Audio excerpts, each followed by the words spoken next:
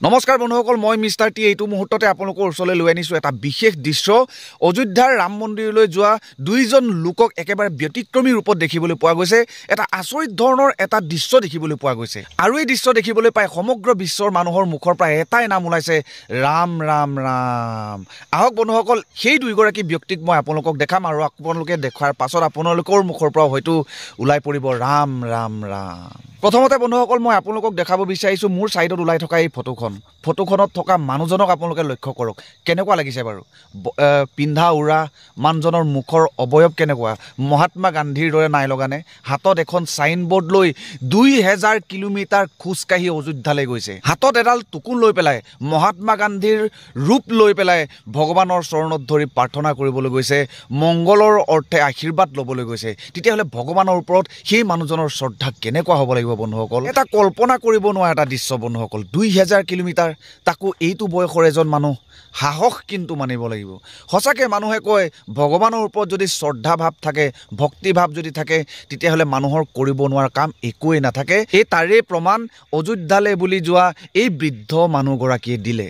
এতিয়া কম বন্ধুসকল সেই দ্বিতীয়গৰাকী ব্যতিক্ৰমী মানুহজনৰ কথা, যিজন এইজনতকৈ আৰু সাংঘাতিক ধৰণৰ ব্যতিক্ৰম। তাৰমানে বন্ধুসকল, প্ৰথমগৰাকীয়ে চিন্তা কৰিলে 2000 কিলোমিটাৰ বাট কুৰিবাই অযোধ্যালৈ যোৱা, দ্বিতীয়গৰাকীয়ে আকৌ চিন্তা কৰিলে কি উভতাই যোৱা, ভৰি দুটা ওপৰলৈ আৰু হাত দুখন তললৈ, হাতেৰে খোজকাঢ়ি যোৱা। ফটোখন চাই লওক বন্ধুসকল, হাতেৰে খোজকাঢ়ি ভগৱানৰ ওচৰত প্ৰাৰ্থনা কৰিবলৈ গৈছে। যিটো কামক আমি একেবাৰে অসম্ভৱ বুলি ভাবোঁ, তেনেকুৱা অসম্ভৱক সম্ভৱ কৰি তুলিছে এইগৰাকী ভগৱান শ্ৰীৰামৰ ভক্তই। সঁচাকৈ মানিলোঁ দেই। কিন্তু বন্ধুসকল, ভগৱানক সন্তুষ্ট কৰিবৰ কাৰণে মানুহে কেনেকুৱা ধৰণৰ পদক্ষেপ হাতত লয়। পৃথিৱীৰ বিভিন্ন প্ৰান্তৰ পৰা ভগৱান শ্ৰীৰামচন্দ্ৰৰ আশীষ বিচাৰি অযোধ্যাৰ ৰাম মন্দিৰলৈ গৈছে, নাইবা যাব। আমাৰ অসমৰ পৰাও কেইটামান ল'ৰা গৈছে অসমৰ মংগলৰ অৰ্থে। কিন্তু এতিয়ালৈকে আজি পৰ্যন্তলৈকে বন্ধুসকল সেই দুইগৰাকী ব্যক্তিক একেবাৰে ব্যতিক্ৰমী ৰূপত দেখিবলৈ পোৱা গৈছে। কি ক'ম আৰু বন্ধুসকল, ভগৱানক সন্তুষ্ট কৰাৰ পদ্ধতিক লৈ পেলাই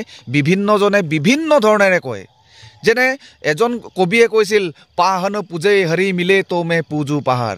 সাধাৰণ শিলৰ মূৰ্তি এটাক পুজি পেলাই যদি ভগৱানক যদি পোৱা যায়, তেতিয়াহ'লে মই পাহাৰ পুজিবলৈ যাম, ভগৱানক পোৱা যাবনে?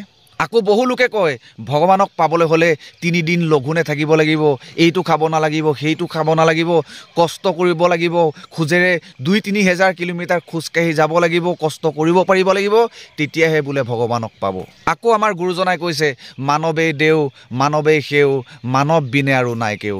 মানুহেই আমাৰ কাৰণে ভগৱান, গতিকে মানুহক পূজা কৰিব লাগে। মানুহৰ গাতে ভগৱান লাগি আছে, গতিকে নালাগে যাব কাশী গয়া বৃন্দাবন, ভগৱান মানুহৰ লগতে আছে। আপোনাৰ ঘৰৰ মানুহৰ লগত আছে, পৃথিৱীত থকা মানুহৰ লগতে আছে ভগৱান। গতিকে মানুহৰ লগত যদি মিলিজুলি থকা হয়, তেতিয়াহ'লে সেই মানুহেই তোমাক এদিন ভগৱানৰ দৰে উপকাৰ কৰিব। গতিকে এনেধৰণেৰে বিভিন্নজনে বিভিন্ন ধৰণে মত প্ৰকাশ কৰে। বন্ধুসকল, আপোনালোকৰ মতামত জানিব বিচাৰোঁ। কি বুলি ক'ব আপোনালোকে? ভগৱানক সন্তুষ্ট কৰিবৰ কাৰণে কেনেকুৱা ধৰণৰ পদক্ষেপ ল'ব লাগে, নাইবা লোৱাটো উচিত বুলি ভাবে বন্ধুসকল?